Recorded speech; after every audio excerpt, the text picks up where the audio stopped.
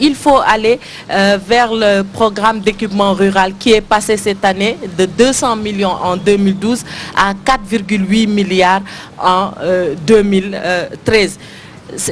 Même par rapport aux subventions dont on a fait état aujourd'hui, je voudrais, Mamadou, partager quelques réflexions avec les citoyens. Un bilan, il est composé d'un actif et d'un passif.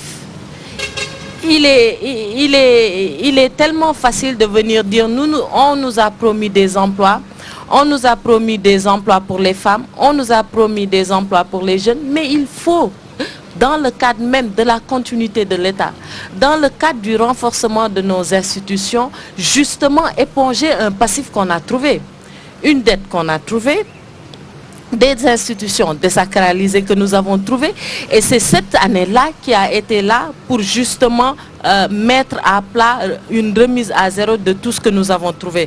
Et c'est dans ce cadre-là que nous avons, dès l'entame du magistère, fait une subvention de 34,2 milliards pour le monde agricole. Donc ce qui n'était pas prévu pour l'année passée. C'est dire que au jour d'aujourd'hui, si nous mettons l'accent sur l'agriculture, nous allons vers la modernisation de l'agriculture en essayant qu'il y ait un accès pour les femmes d'abord, parce que je rappelle que le président a annoncé un montant de 10 milliards pour des activités génératrices de revenus.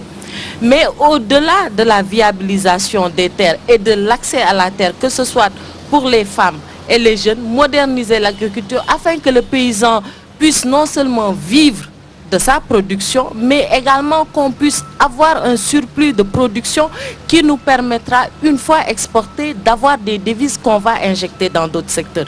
C'est ça l'esprit. Et si cet esprit-là est celui qui sera mis en œuvre, nous disons que c'est rassurant. Maintenant, je voudrais... Et précision, pour le moment, on est à plus de 400 milliards de déficit de notre balance commerciale. Oui, ceci n'est pas un problème. C'est un problème. Non. 400 milliards. Comment le résorber de déficit? Ça veut dire que nous importons plus que nous n'exportons.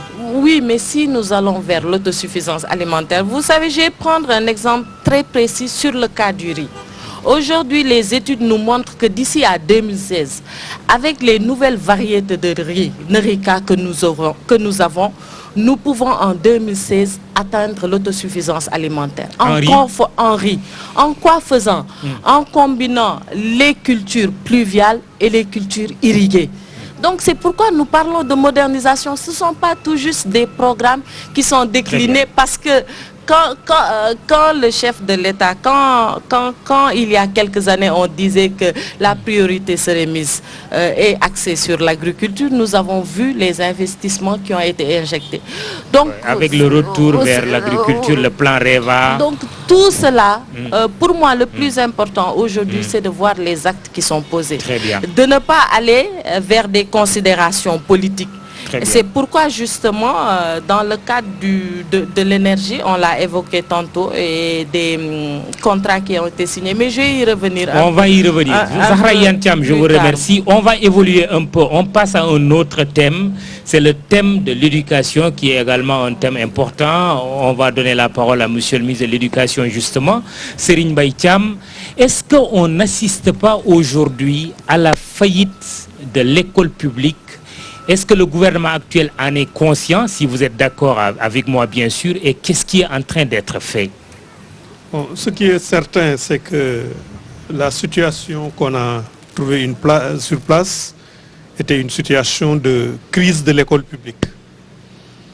En 2012, nous avons eu 5 années de grève au niveau de l'enseignement élémentaire et l'enseignement moyen et secondaire, et plus de 2 mois de grève au niveau de l'enseignement supérieur. Donc c'était une situation extrêmement difficile. Et on a parlé tout à l'heure de l'université qui tarde encore au niveau des cours. Mais parce que tout simplement, on a eu une année scolaire 2011-2012 qui a largement débordé pour l'université sur l'année scolaire actuelle. Donc c'est une situation qui est extrêmement difficile. Mais qu'est-ce qui a été fait maintenant pour régler cette situation-là? Et ici, le chef de l'État parle de formation de qualité, d'éducation de qualité. Oui, qu'est-ce qui a été fait justement? C'est notre objectif. En ce qui concerne, si je prends seulement par exemple le secteur je prends les différents sous-secteurs comme l'enseignement supérieur. Au niveau de l'enseignement supérieur, tout de suite après l'installation du nouveau régime, une concertation sur l'avenir de l'enseignement supérieur a été lancée.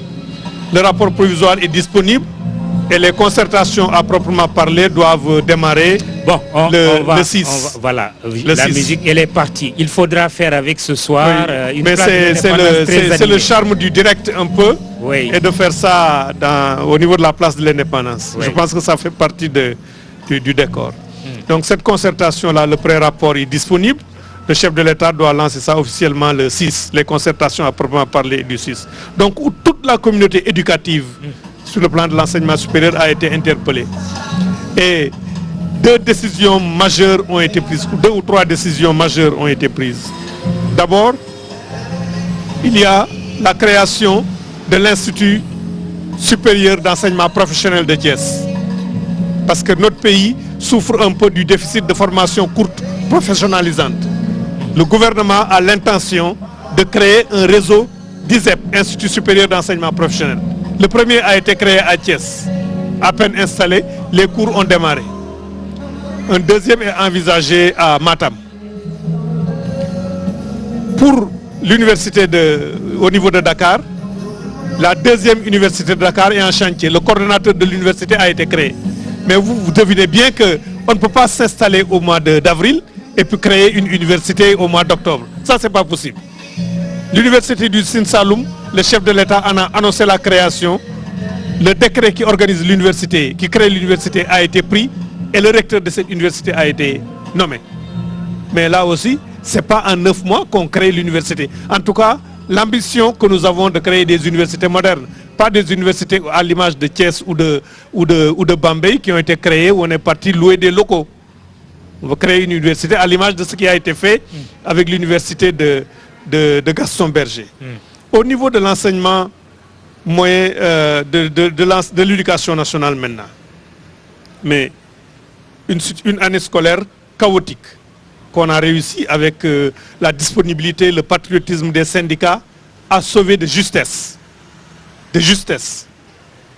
Et on continue à en payer le prix d'une croissance non contrôlée des infrastructures universitaires, scolaires, d'une croissance et de recrutement anarchique des enseignants. Je le rappelle souvent, pour 850 autorisations de recrutement pour l'année scolaire 2011-2012, 2012 donc 2013 même, on a recruté 5987 enseignants, dont les 2302 entre janvier et mars 2012. 2302 enseignants ont été recrutés entre janvier et mars 2012. Et ça veut dire quoi? Qu'est-ce que vous voulez dire par là? Mais il y avait un recrutement, mais bien sûr. Il y a eu de la fraude? Non, c'était un recrutement clientéliste. Oui. Si on recrute 2302 enseignants entre le mois de janvier et le mois de mars 2012, en période électorale, c'était un recrutement clientéliste. Et pendant le même moment, que vous allez faire? Pendant le même moment, mais c'est ça qui a fait l'objet des redéploiements qu'on est en train de faire justement. Et pendant le même moment, il y a des régions périphériques où on n'a pas d'enseignants, où les enfants crient, il n'y a pas d'enseignants. Mais parce que les gens ceux qui sont recrutés, parce que c'est important, c'est une création d'emplois quelque part. Mais est-ce que ceux qui sont recrutés, c'est des gens qui ont la compétence requise? Non, les 2302, pratiquement tous, ce sont des vacataires. Ça veut dire que c'est des gens qu'on a pris titulaires du baccalauréat, qu'on a injectés directement dans les salles de classe, sans aucune formation pédagogique. Vous ne pouvez pas le redresser en une année. Nous avons mis en place un programme de formation diplômante. Tous ces vacataires qui ont été recrutés ces années, nous avons mis en place un programme qui permet de les faire revenir au niveau de la FASTEF ou de leur faire une formation en ligne avec un encadrement pédagogique en même temps sur le terrain. En ce qui concerne maintenant le recrutement des volontaires, on l'a arrêté. On l'a arrêté. La semaine passée, on vient de publier les résultats du concours de recrutement des élèves maîtres. On les appelle élèves maîtres, qui sont formés maintenant, parce que les volontaires, c'était une formation de 3 semaines, quelquefois 1 mois, Ils vont être formés pendant une année scolaire. Ils vont être répartis au niveau de l'ensemble des centres régionaux de formation du personnel de l'éducation. Oui. Et on les recrute maintenant au niveau du bac, pas au niveau du brevet. Monsieur le ministre, mais tout ça, c'est pour arriver à quoi? C'est pour Par rapport arriver- à la faillite de l'école publique. Oui. À l'époque, quand un élève allait dans une école privée, les Oui. gens disaient, mais c'est parce Oui. qu'il n'est pas brillant. Voilà. Aujourd'hui, ce sont les C'est élèves ça. d'école privée Voilà. qui toisent ceux Voilà, du c'est public. ça. Mais Qu'est-ce vous qui- êtes, qu'est-ce- vous êtes en train de c'est pour poser arriver à quoi? vous êtes en train de Oui. poser la Oui. question Oui. comme si pendant 10 ans, nous avons porté cette politique-là qui a amené à cette faillite Je de ne le l'école dis publique. pas, mais c'est Ce pour que- arriver voilà, à quoi c'est- finalement? C'est ce que je suis en train Oui. de vous dire. Oui. Les enseignants, la formation des enseignants dont j'ai parlé, le relèvement du niveau de recrutement des enseignants, c'est pour accroître la qualité. Quand nous sommes arrivés, le programme décennal de l'éducation et de la formation a touché à sa fin. Le président l'a annoncé, nous avons un nouveau programme sectoriel. Ce nouveau programme sectoriel a été endossé par les partenaires au développement, qui couvre la période 2013-2025. Ce programme s'intitule PAQUET, programme d'amélioration, le A pour amélioration, le Q pour qualité, programme d'amélioration de la qualité, le E pour équité, le T pour transparence. On a un nouveau programme sectoriel qui s'appelle PAQUET, programme d'amélioration de la qualité, de l'équité et de la transparence. Très bien. Donc c'est dire que nous savons où est-ce que nous allons. Sur ces 12 ans du programme, ce que nous envisageons, c'est de mettre l'accent sur la qualité. Nous allons mettre l'accent sur la qualité sur le plan des infrastructures, sur le plan pédagogique avec le recrutement des enseignants, la disponibilité des manuels, sur le plan de l'environnement scolaire et sur le plan de la gouvernance du système, avec 2 décrets qui ont été pris dès qu'on est arrivé. Un décret concernant les inspections d'académie et les inspections de l'éducation de la formation, parce que nous pensons que la politique éducative doit être déconcentrée. Très bien. Donc, Alors, Ibrahim, retenons que oui. ce que nous voulons faire, c'est de la qualité, c'est de l'équité et c'est de la transparence dans le système éducatif. Très bien, ça donne paquet. Ibrahim Mboup, j'avais promis, ce n'est pas une promesse électorale. Quelle réflexion vous inspire le paquet? Bon, avant d'en venir à ce paquet, Ah, mais parlez du paquet d'abord. le paquet dont parle le ministre. Monsieur le mais c'est ministre, bien, attendons-en l'application, c'est tout. Hein, Très bien. C'est pas mal. Poursuivez. Maintenant, pour ce qui concerne les initiatives dans le domaine de l'éducation, vous ne pouvez pas, monsieur le ministre, réinventer la roue. La formation diplômante des enseignants était là déjà. La formation à distance, il y a des professeurs vacataires et professeurs contractuels qui avaient été formés par la FASTEF à distance. Et ils ont reçu leur diplôme. Il y en a même qui sont titularisés depuis longtemps dans la fonction publique. Ça, c'est pas une nouveauté.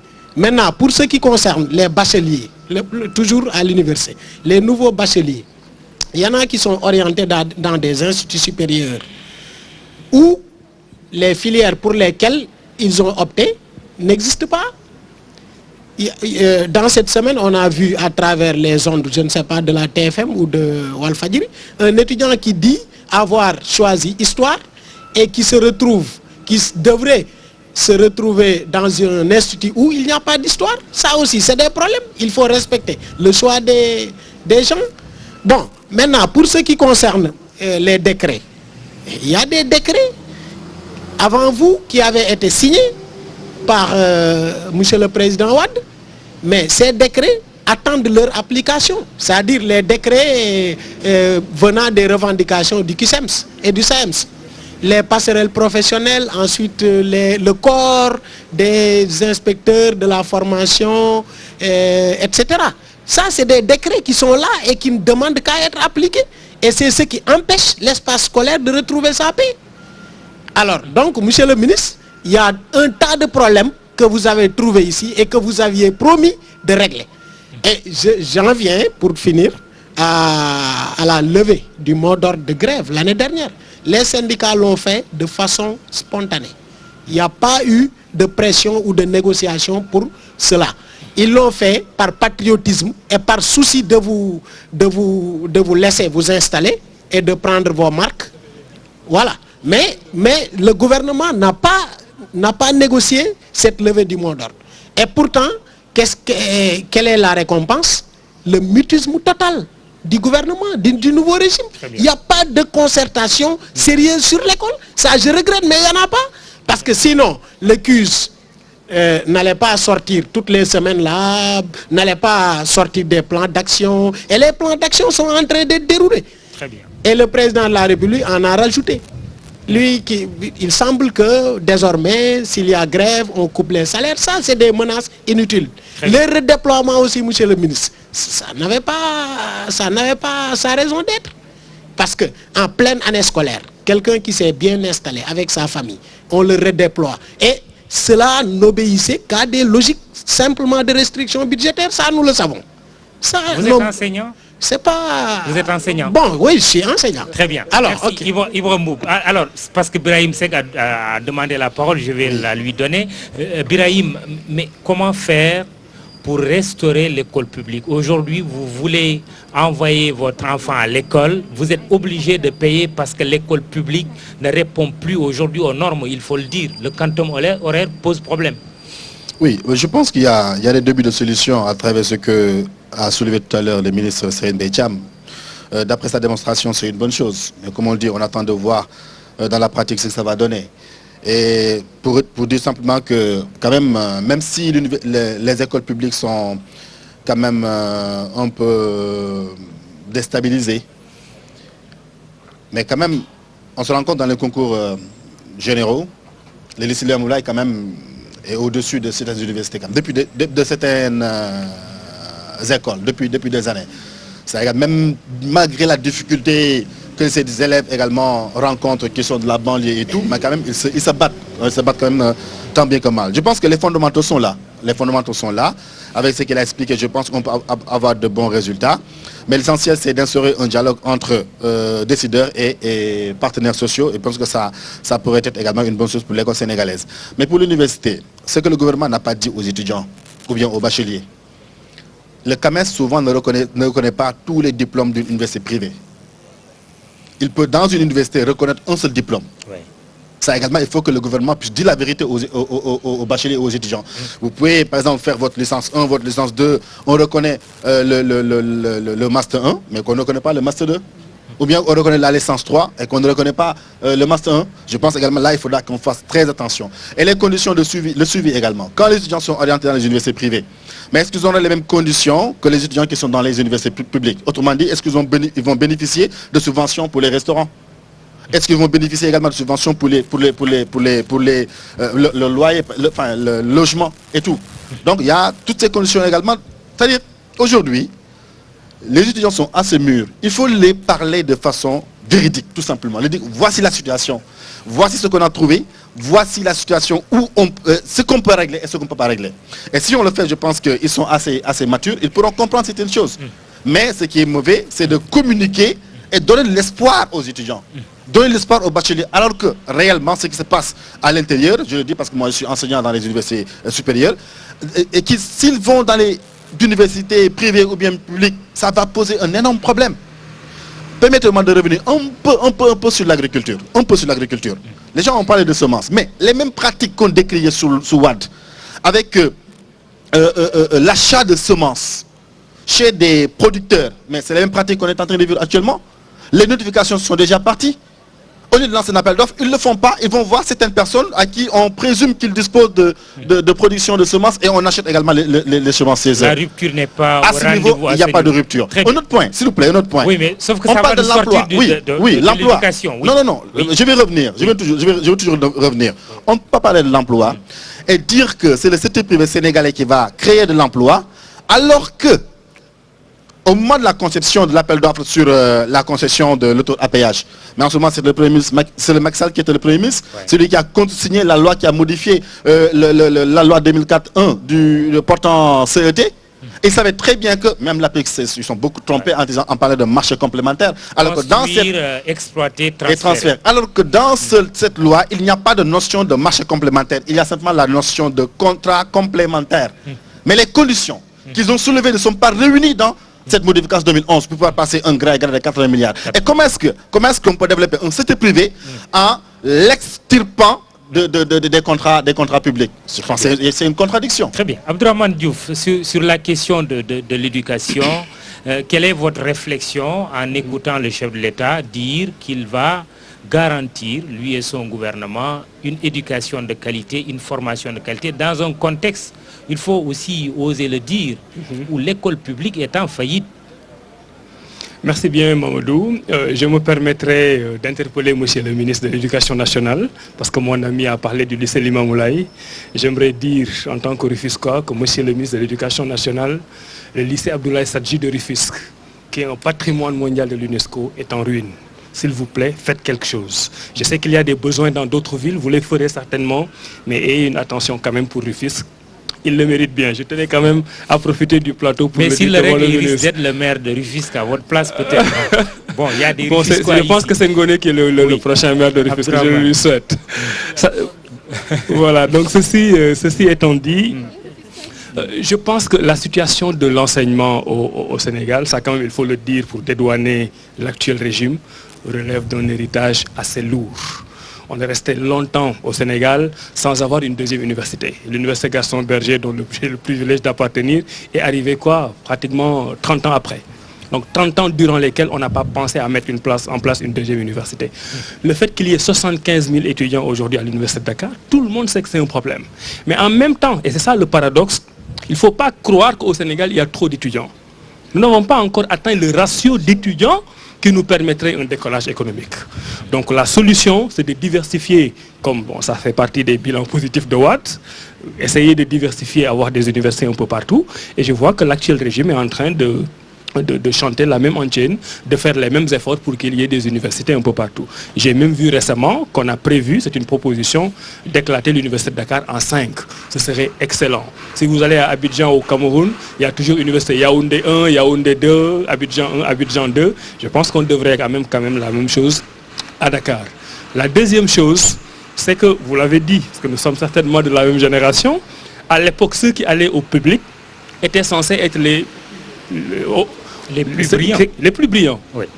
Maintenant, ça a changé. Ouais. Il y a un vrai changement de paradigme. Ouais. Les gens vont au privé, non pas parce qu'ils n'ont pas réussi l'entrée en 6e ou bien parce qu'ils n'ont pas le bac, mais ils y vont parce que c'est leur choix. Absolument. Ça, c'est fondamental. Pour chercher de la qualité. Pour chercher de la qualité que l'enseignement supérieur public ne donne pas toujours. Ouais. Donc, un gouvernement a la prérogative de soutenir cela. C'est une forme de délégation de service public. Ce que je ne peux pas offrir comme gouvernement, je donne la possibilité à des privés qui ont les moyens d'investir de le faire et de les soutenir. Et ça me permet d'embrayer un peu sur la question du CAMES. Parce que quand on a dit qu'on va recruter un certain nombre d'étudiants dans les universités privées, on a dit que les établissements qui n'ont pas l'affiliation au CAMES ne seront pas reconnus. Là aussi, il y a une subtilité. Parce que de ce que j'en sais, peut-être que je me trompe, les enseignants vont me dire, le CAMES est organisé suivant le fonction universitaire classique. Droit, sciences économiques, mathématiques, etc. Les business schools que je vois là à Dakar, je pense qu'il y en a 85 universités privées à Dakar, n'enseignent pas seulement ces matières classiques-là. Les gens y vont pour apprendre des matières précises et être aptes à travailler en entreprise. Est-ce que le CAMES a la compétence nécessaire pour donner, par exemple, des certifications en marketing, en communication ou dans d'autres domaines où les gens pourraient aller dans des universités, avoir une compétence et les exercer par ailleurs. Donc, l'appel que je lancerai pour terminer, c'est que le gouvernement doit regarder d'un autre œil l'enseignement supérieur privé. C'est une alternative crédible. Les Sénégalais y vont par choix et le gouvernement doit les soutenir. Ngounounoï, pour avoir observé le gouvernement depuis 1 an, est-ce qu'il fait quelque chose qui est en rupture par rapport à ce que vous, gouvernement libéral, vous faisiez et qui a, il faut le dire, abouti à aujourd'hui cette crise que traverse l'école sénégalaise?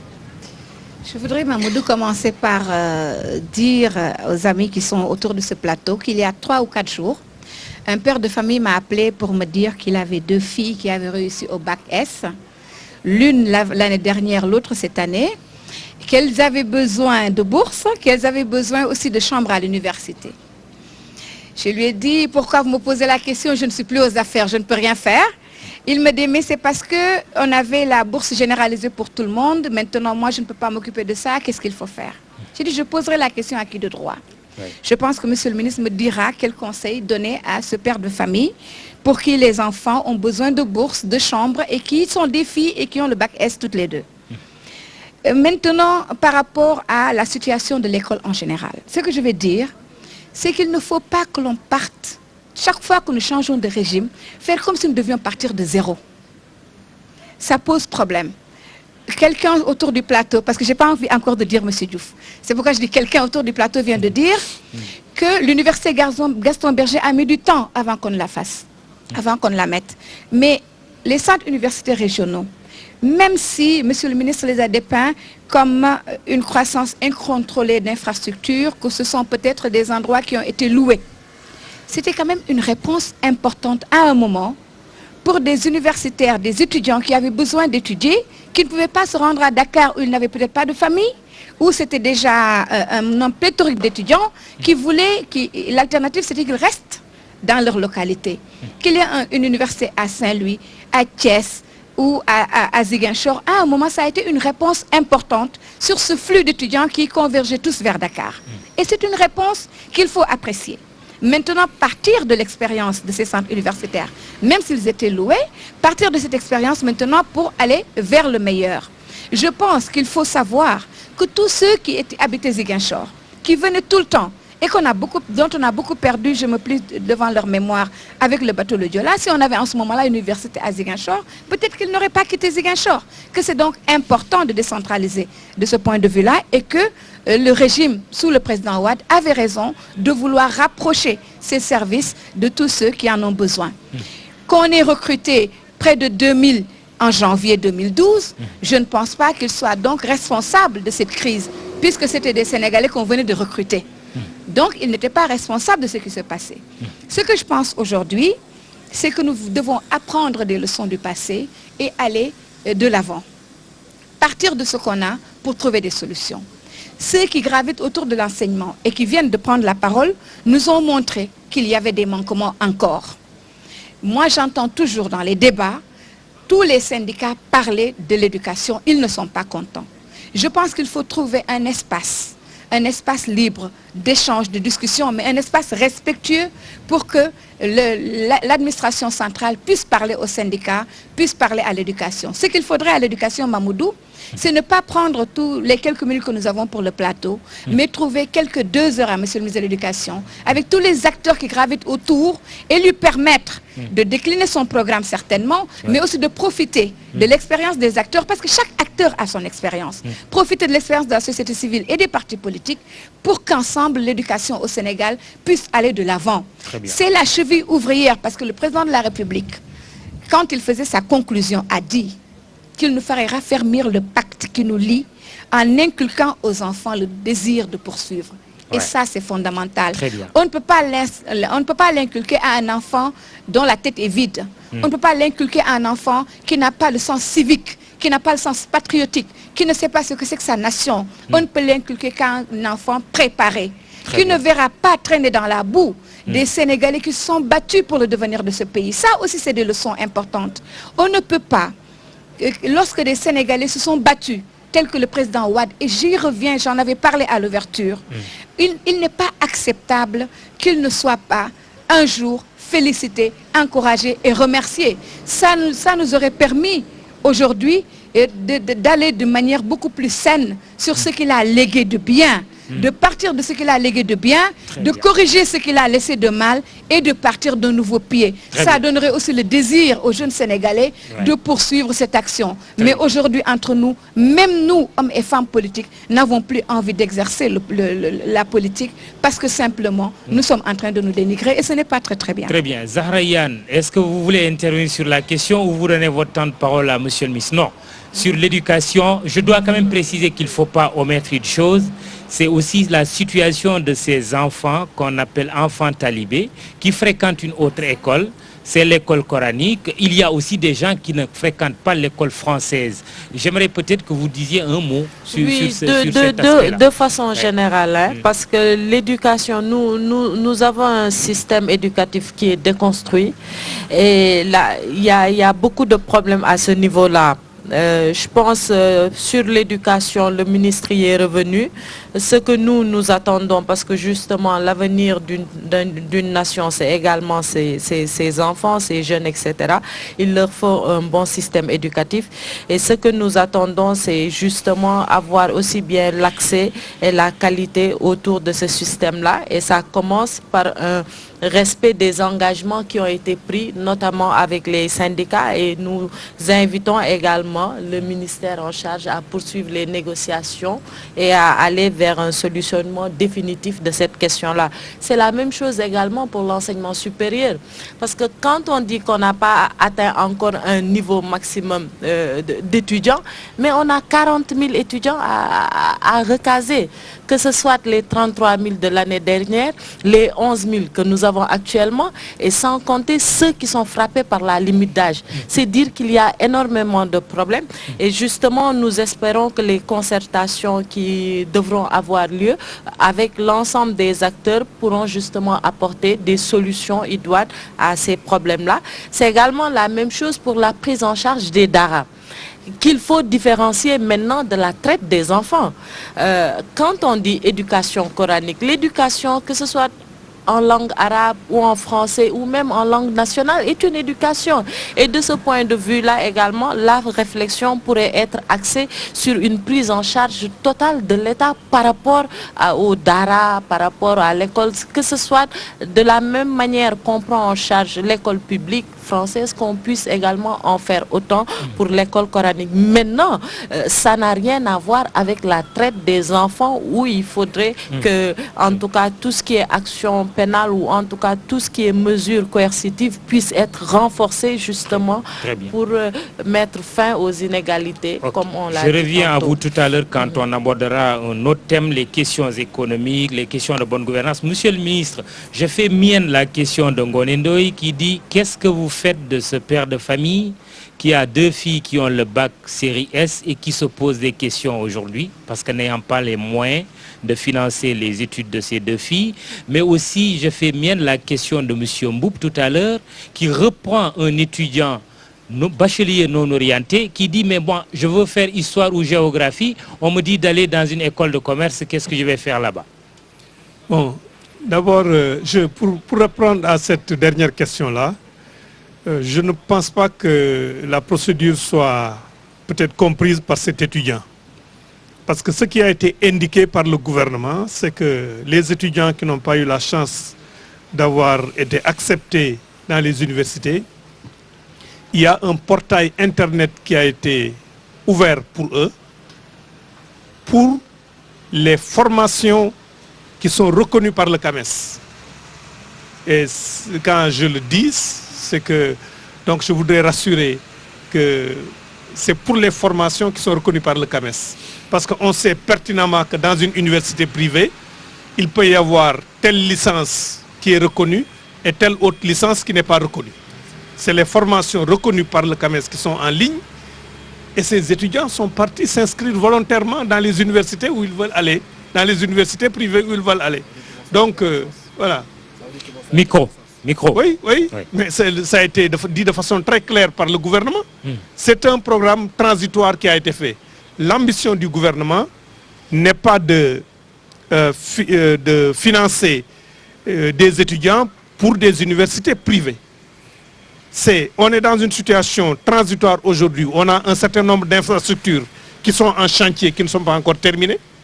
Ici à Dakar, à Saint-Louis, on a une infrastructure qui n'est pas terminée. Si les infrastructures étaient terminées, aujourd'hui, on aurait pu accueillir tout ce surplus d'étudiants. Donc, pendant cette situation transitoire, le gouvernement a dit: je mets en place cette solution qui me permet après de récupérer ces étudiants-là. Donc, c'est ce qui a été indiqué, ce que je peux dire pour ces étudiants. Mais ce qu'il faut aussi indiquer, c'est qu'au niveau de l'université de Dakar, des étudiants ont été orientés. Mais l'étudiant ne peut pas imposer aux autorités académiques qui sont outillées pour dire que l'étudiant a le profil pour faire droit, ou bien pour faire anglais, ou bien pour faire histoire, ne peut pas leur imposer ce qu'ils veulent faire. Il peut exprimer des vœux. Mais c'est quand même ces enseignants qui ont le métier, qui peuvent le conseiller et l'orienter dans une filière qui correspond un peu à son profil et en même temps à ses choix. à ses souhaits. C'est la raison pour laquelle on lui demande de formuler trois souhaits au niveau de son orientation. En ce qui concerne cet étudiant qui veut être orienté, le même dispositif existe.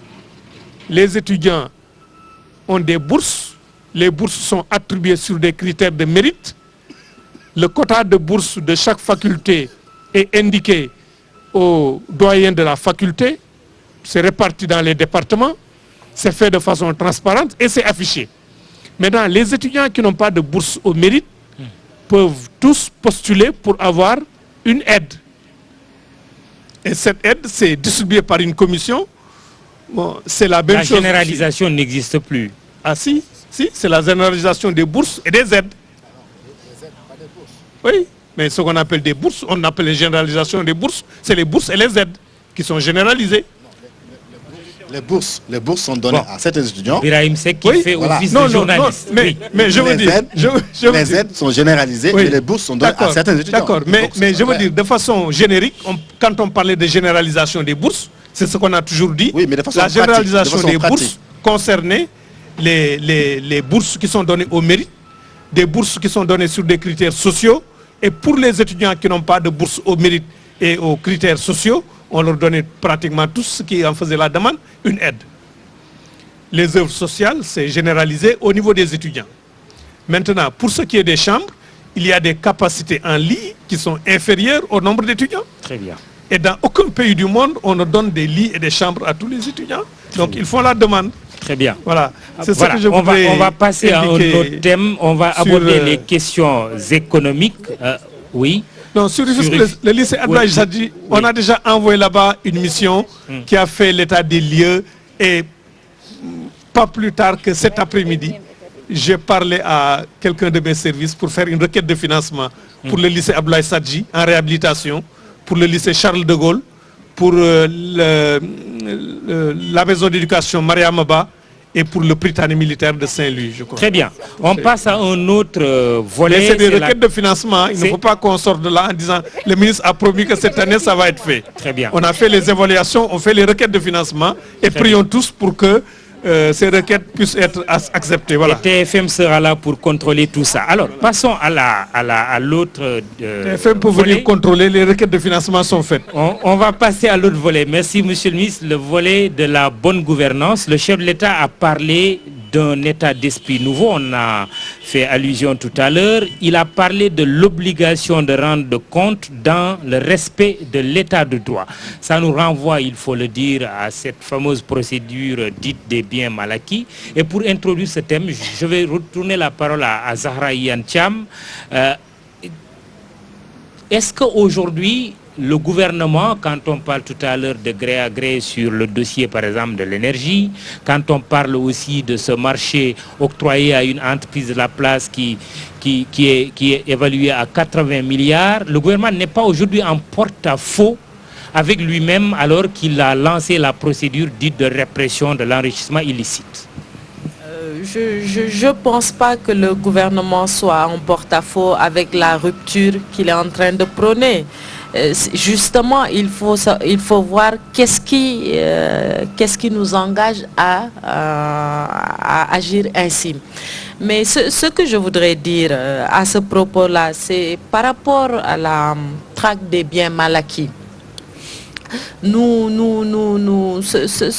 que nous constatons aujourd'hui, c'est que par rapport à cette obligation de rendre compte-là, nul ne devrait être au-dessus des lois. Et justement, parce que c'est un vœu populaire, les populations, en faisant leur choix le 25 mars également, ont indiqué clairement qu'ils votaient pour un nouveau type de Sénégal. Et c'est justement sur cette orientation-là qu'il faut comprendre... Y'en a marre va vous réclamer le droit d'auteur. Non, Y'en a marre parle de nouveau type de Sénégal. Nous parlons de nouveau type de Sénégalais. Nous parlons d'un Sénégal nouveau. Un Sénégal où les citoyens sont conscients de leurs devoirs avant d'être conscients de leurs droits. C'est un peu cet état d'esprit-là. C'est pourquoi, pour prendre en charge de façon immédiate les préoccupations des populations dont on parle depuis le début du débat, chacun dit ce sont des promesses, il faut les réaliser. Mais justement, comment est-ce qu'il faut les réaliser? Si nous devons suivre des procédures qui doivent prendre 3, 6 à voire 9 mois, et il y a des urgences immédiates, il faut régler ces urgences-là immédiatement. Donc, ce n'est pas une fin en soi, c'est tout juste des éléments qui nous permettent de diligenter les urgences. Mais c'est ce que disait aussi le gouvernement libéral. Sauf qu'au contraire pour nous, c'est la même chose quand on parle de la dette, qu'elle soit une dette utile, que les actes qui sont posés soient utiles pour les populations, que les effets, que les populations puissent les sentir directement. Et par rapport toujours au droit, et c'est ce qui est important dans l'aspect de la bonne gouvernance, dans cet esprit-là, c'est d'octroyer aussi bien la présomption d'innocence ou le bénéfice du doute qu'on convoque souvent dans la traque des biens mal acquis, mais justement au gouvernement également. Cette présomption, le bénéfice du doute, que c'est un gouvernement qui veut bien faire, qu'il n'y a pas justement, comme on nous a habitués il y a 10 ans de cela, à du tripatouillage. C'est pas tellement ça. Brahim Seck, du Forum civil sur le thème de la bonne gouvernance. D'abord, c'est deux choses qu'il faut dissocier. Il y a la procédure dite de répression des biens mal acquis. Il y a aussi les actes posés par le gouvernement lui-même en matière de bonne gouvernance. D'abord, sur la procédure de répression des biens dits mal acquis. Qu'est-ce que vous pensez aujourd'hui de ce dossier? Oui, je pense que c'est un dossier qui est en marche. Et d'un côté, on a les droits civils et politiques. De l'autre côté, on a les droits économiques, sociaux et culturels, qui sont des droits également qui sont tous issus de deux pactes de 1966. Mais souvent, les gens invoquent, oui, pourquoi on ne devait pas laisser les gens voyager? Mais qu'est-ce qu'on fait des droits civils et politiques, des droits économiques et sociaux? Et j'étais très heureux de l'entendre dire aujourd'hui le ministre de la Justice le dire. Oui, Madame Aminata Touré l'a dit. Oui, c'est un bon argument parce qu'il ne faut pas simplement mettre tout sous le dos de la liberté d'aller et de venir. Mais qu'est-ce qu'on fait des libertés économiques? C'est fondamental.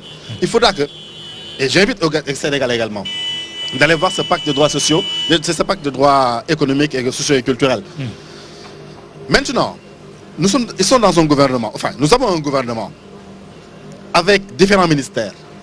Il y a la récupération des biens supposés mal acquis intéresse uniquement seulement qu'un seul ministère, encore une fois. Il y a d'autres ministères. C'est le ministère de la Justice. C'est le ministère de la Justice. Mais ici, ce qu'on voit, c'est que tout le monde en parle. C'est ça que j'ai dit en fait. C'est-à-dire, c'est comme si dans un gouvernement, d'ailleurs j'étais très heureux d'entendre le paquet du ministre de l'Éducation nationale sur cette question. Je m'intéressais davantage sur votre paquet. Mais je voudrais seulement réagir un peu, excusez-moi. La question des biens mal acquis, c'est une question importante. Pourquoi? Vous ne pouvez pas dans votre pays avoir un outil comme votre aéroport, le port et d'autres secteurs stratégiques et ne pas savoir qui est l'actionnaire. C'est une question de souveraineté. Ça ne concerne pas seulement la justice. Vous faites allusion aux accusations portées contre M. Karim Wade. Oui, non mais je veux dire aujourd'hui, DP World, les gens ne nient pas. C'est des sociétés immatriculées aux îles Caïmans, aux îles britanniques, dans des paradis fiscaux. Vous n'avez pas la visibilité sur des personnes physiques que vous pouvez identifier à qui appartiennent des secteurs aussi stratégiques. Mais sur DP World, on nous a parlé d'un communiqué, je ne peux pas attester de la source, disant en tout cas que les autorités de Dubaï ont dit qu'ils détiennent 90% du capital. Mais les autorités de Dubaï devaient, dans les actes de la société, détenir les 90%. Pourquoi ils ont senti la nécessité que ce soit une société écran qui se trouve dans un paradis fiscal qui détient ça? Très bien, votre tour viendra. Laissons M. Brahim Seck poursuivre. Très bien. C'est important pour notre pays de savoir qui est derrière cela. Vous aurez l'occasion d'y revenir. Je ne pense pas qu'on dit le contraire. Je ne pense pas. J'ai dit encore une fois, cette traque des biens mal acquis intéresse un ministère et géré par un ministère. C'est le ministère de la Justice. Sinon, je pense qu'il faut qu'on ait une séparation des rôles. Le ministre des Infrastructures ne peut pas s'impliquer dans la gestion du ministère de la Justice. Nous sommes dans un gouvernement, il y a la question de l'emploi qui est soulevée. Le ministre de l'Emploi n'a qu'à mettre en place des stratégies qui permettront au Sénégal de parler de lui. Nous sommes dans le gouvernement avec un ministère de l'Éducation. Le ministère de l'Éducation n'a qu'à mis en place des stratégies qui permettent au Sénégal de parler de lui. Mais c'est le ministre de la Justice qui est en train actuellement de travailler. Et on l'encourage dans cette voie. Maintenant, vous l'avez dit, il y a la traque des biens mal acquis. Il y a également les questions de gouvernance, les actes juridiques institutionnels qui sont mis en place par le gouvernement. Je rappelle tout simplement que ça n'a pas daté d'aujourd'hui. Il faut rendre à César ce qui appartient à César. Quand le président Wade était là, il a amorcé des réformes. Parmi ces réformes, il y a le code de transparence dans la gestion des finances publiques qui a été promulgué par le président Macky Sall. Une très bonne chose. Et dans ce code de transparence dans la gestion des finances publiques, il y a des dispositions qui sont très très importantes qui vont révolutionner la gestion des finances publiques au niveau du Sénégal. C'est la question de la déclaration de patrimoine, c'est la question de délégation de services publics, c'est la question également de l'information financière. Ouais. Parce que quand le président Wade également était là, il y a la loi de 2011 sur les finances publiques, sur la loi organique de finances publiques qui a été promulguée. 2 dispositions sont entrées en vigueur en 2012. 2 dispositions. C'est l'article 56, ou bien 2 articles, l'article 56 et l'article 70. Les autres dispositions vont entrer en vigueur en 2017 et progressivement. Et pourquoi c'est important ces 2 dispositions? L'article 56 impose actuellement pour ce gouvernement d'aller vers un débat d'orientation budgétaire. L'article 70 dit que les ministres, il est là d'ailleurs monsieur le ministre Mercedes Mecham, les ministres sont dans une obligation trimestrielle dans leur gestion financière. Janvier, février, mars, ils doivent faire un rapport trimestriel à envoyer au niveau du Parlement et que le Parlement doit rendre public. C'est fait ou c'est pas fait? Ils doivent le faire, c'est une obligation encore une fois, ils doivent le faire. Et maintenant, ça permettra aux Sénégalais de ne pas attendre que 1 an, 2 ans, 10 ans qu'on soit dans un exercice de traque des biens mal acquis. Autrement dit, tous les ministères aujourd'hui, à partir de ce mois, devraient faire un rapport, et ce rapport envoyé au Parlement, que le Parlement puisse également le rendre public. Autre chose que ce gouvernement a fait, qui va révolutionner également la gestion des finances publiques, c'est l'OFNAC, il faut en parler. La mise en place de cet office est fondamentale pour la prévention de la fraude au niveau du Sénégal. Mais également d'autres dispositions qui ont été mises en place. Avec ce qui a été proposé par le ministre de la Justice, toujours elle, la commission de recouvrement des avoirs volés. Ça, c'est des points positifs qu'il faudra quand même encourager davantage. Très bien. Alors, Ngoné Ndoye du Parti démocratique sénégalais, vous êtes ici la cible, hein, il faut le dire, parce que la procédure des biens dits mal acquis concerne principalement, essentiellement les dignitaires de l'ancien régime, donc de votre régime. Quelle appréciation portez-vous sur ce dossier aujourd'hui?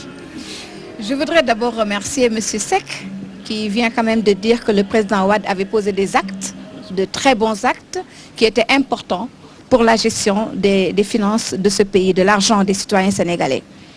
Je me félicite aussi d'avoir participé au Parlement, qui a voulu que le débat d'orientation budgétaire soit posé au Parlement tous les mois de juin, au lieu que de subir simplement au mois d'octobre un ministre des Finances assez pressé avec son ministre du Budget pour faire voter des budgets sur lesquels nous n'avions aucune influence. Et ça, c'est extrêmement important. C'est pourquoi les députés, généralement, ne pouvaient pas influer sur le budget de l'État. Mais moi, ma question depuis toujours a été, c'est vrai que j'étais du PDS, que j'étais dans le régime, que je suis encore du PDS, mais ma question a toujours été... Encore, vous avez dit, hein? Je suis toujours au PDS. Ah, toujours? Oh, oui, oui. Oh là là. Alhamdoulilah. Donc, ma question a toujours été, où sont les grands fonctionnaires de mon pays? Je ne peux pas comprendre, moi, j'ai été maire pendant 7 ans, maire d'arrondissement. Chaque fois que je voulais faire quelque chose, j'appelais mes services techniques, dont le secrétaire municipal, je n'avais pas de directeur de cabinet, mais je prenais toujours les services du Trésor, parce que ce sont des agents de l'État qui sont à notre disposition pour nous conseiller.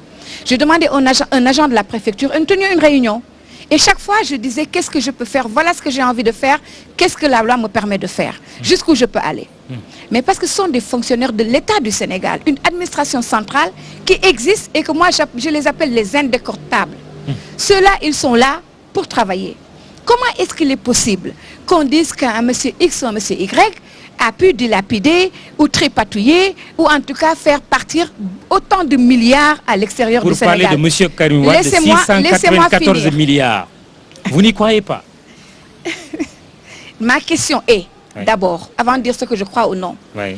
Les fonctionnaires de l'État du Sénégal, Ouais. quand cela se passait, où est-ce qu'ils étaient? Les mécanismes qui devaient, dans ce pays, organiser ce travail. Mais on est un pays, on n'est pas là, c'est-à-dire un ministère, ce n'est pas un individu, ce n'est pas le ministre, ce n'est pas le directeur général, c'est un système. J'avais demandé une fois du haut du Parlement sénégalais à M. Bekay Diop, alors ministre des Forces armées, je lui ai dit, monsieur le ministre, je pense que pour chaque ministère, nous devions avoir un secrétaire général militaire. Il m'avait répondu, les cassettes existent encore. Il m'avait dit, madame le ministre, vous voulez que nous militarisions le Sénégal? Je fais non.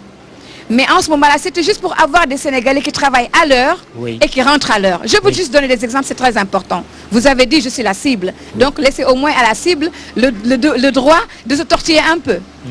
Donc, j'avais dit au ministre qu'il nous fallait au moins régler cette question pour permettre aux Sénégalais d'arriver à l'heure, de partir à l'heure, de mériter leur salaire et de travailler pour leur pays. Et ça, je pense, les militaires excellent dans ce domaine-là.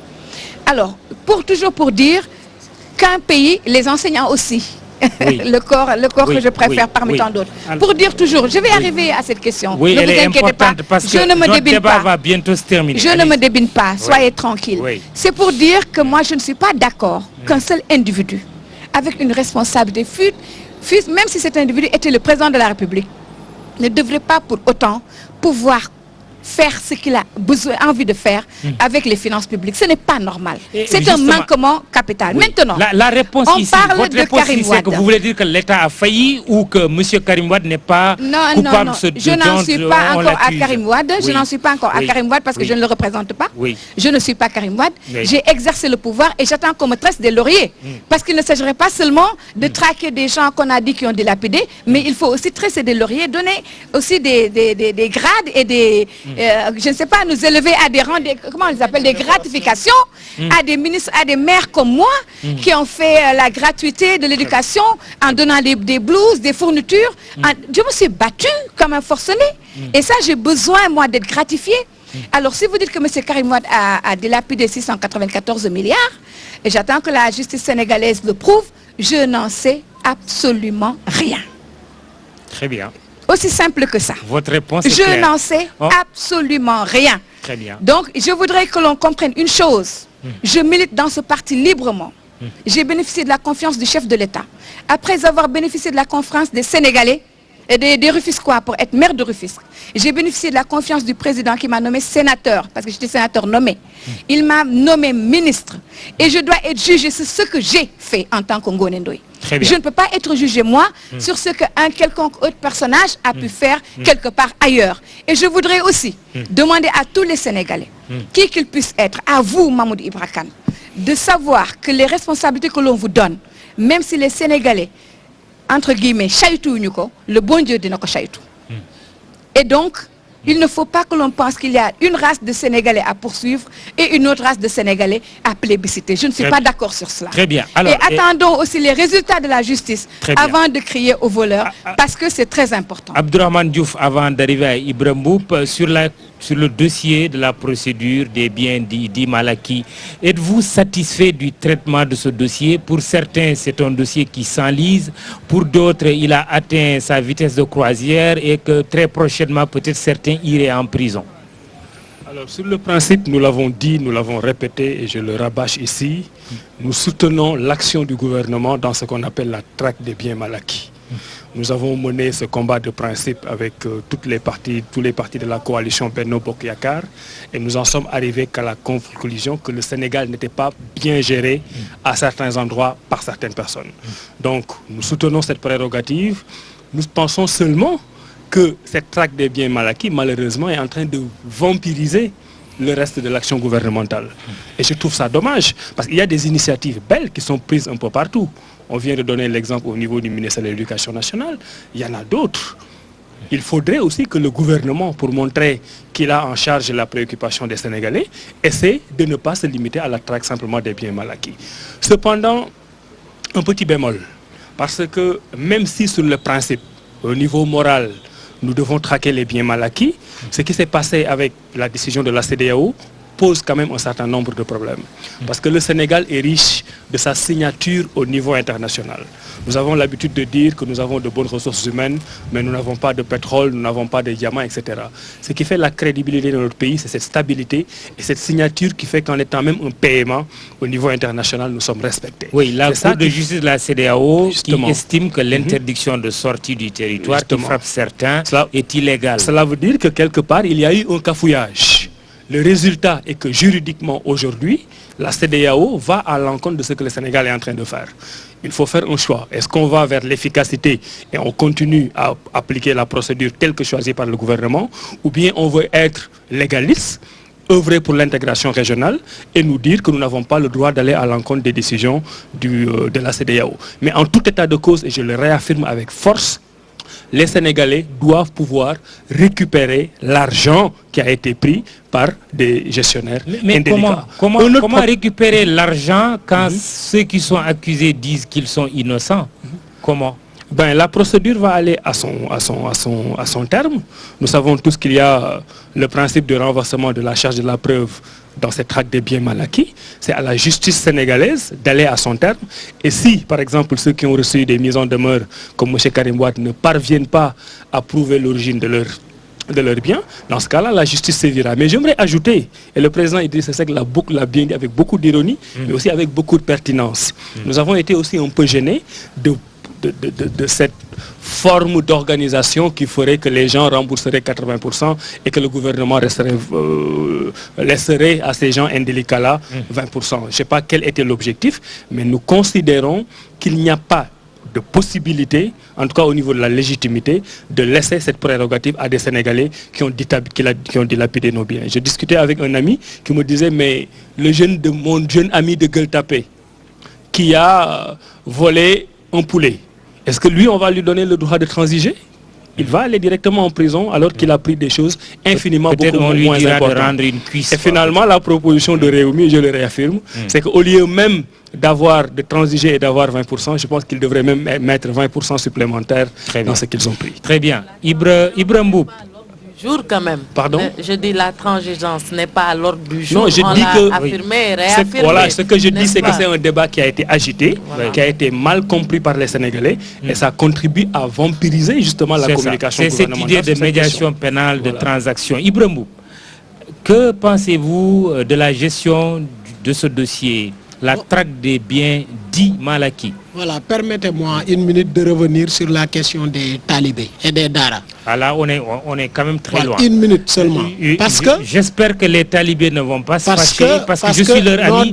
Mais on va évoluer dans le débat. Je suis désolé. Mais là, il faut qu'on évolue dans le débat. Non, je voudrais simplement parler pour 30 secondes sur cette question. Parce que jusqu'à présent, il y a des enfants qui vadrouillent dans les rues de Dakar, des enfants de 5 ans. Alors que l'État avait donné le signal pour dire qu'il ne permettrait plus que ces enfants-là mangent dans les rues de Dakar. Jusqu'à présent, il y en a. Je ne sais pas ce que monsieur le ministre qui est là, représentant du gouvernement, va en dire. Très bien. Bon, maintenant, pour ce qui concerne cette traque des biens mal acquis, moi, je ne suis pas à l'aise quand j'entends parler de ce dossier. Parce que la procédure avait été biaisée tout au début. Parce que depuis l'année dernière, on épilogue là-dessus. Et rappelez-vous, ce n'est pas seulement une traque de biens, mais une traque aussi d'hommes. Parce qu'en pleine campagne électorale, on a pris l'année dernière législative, M. Amadou Kane Diallo, on l'a arrêté. Alors qu'il était en campagne électorale dans son fief de Ndioum, de Podor. M. Ousmane Ngom a été pris manu militari de Kolda, où il était aussi pour des activités. En ayant refusé de déférer à une convocation. Non, mais ce n'était pas le moment justement. C'était pas le moment. Et il n'y avait pas d'urgence en la matière. Depuis 1978 a été convoqué. C'est ça. Il n'y avait pas d'urgence en la matière. Maintenant, actuellement, ce qui se passe, c'est quoi? Pourquoi je ne suis pas à l'aise? La CEDEAO a mis en demeure notre pays. Parce que... Mais est-ce que vous êtes d'accord quand le PDS dit que la CEDEAO doit exclure le Sénégal? Non, là c'est une autre question. Très bien. En tout cas, ce dont je suis sûr, c'est que nous avons mal géré ce dossier. Parce que nous, au niveau de AGI, tout au début, notre camarade secrétaire général, Mamadou Diop Decroix, a clairement affirmé que nous sommes pour la reddition des comptes. Nous sommes également pour que des gens qui ont géré les deniers publics, quand même, clarifient leur gestion. Ça, nous sommes pour. Mais